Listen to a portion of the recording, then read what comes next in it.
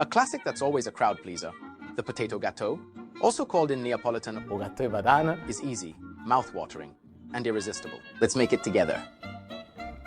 E saporita assai. I started by boiling the potatoes for about 40 or 50 minutes. I recommend you always test them with a fork, pushing it into the center. If it slides in, it means that they are cooked. Let's take advantage of the fact that they are hot to mash them.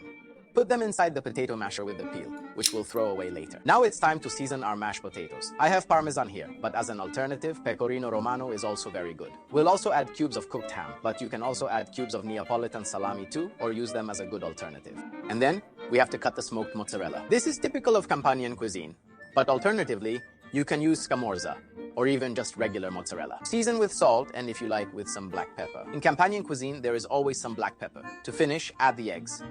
And now, let's knead it. To regulate the consistency, if you need, you can add some more cheese, if the potatoes are too soft, or you can add some more milk, if they are too dry.